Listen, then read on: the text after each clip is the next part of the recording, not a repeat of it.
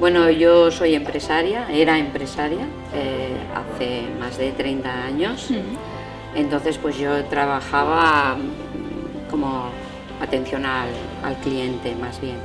Teníamos una oficina, tenía unas chicas, el intermediario que era el que nos hacía los pagos de Caixa, pues se fugó con nuestro dinero, nuestra paga de todos. Éramos 25 o 30 en la empresa y bueno, marchó, se hizo insolvente y nunca más se le vio. Claro, con mi edad también yo pensaba, uy, voy a tener problemas, voy a tener muchos problemas, porque claro, hay mucha gente joven que está en el paro también y necesita trabajar.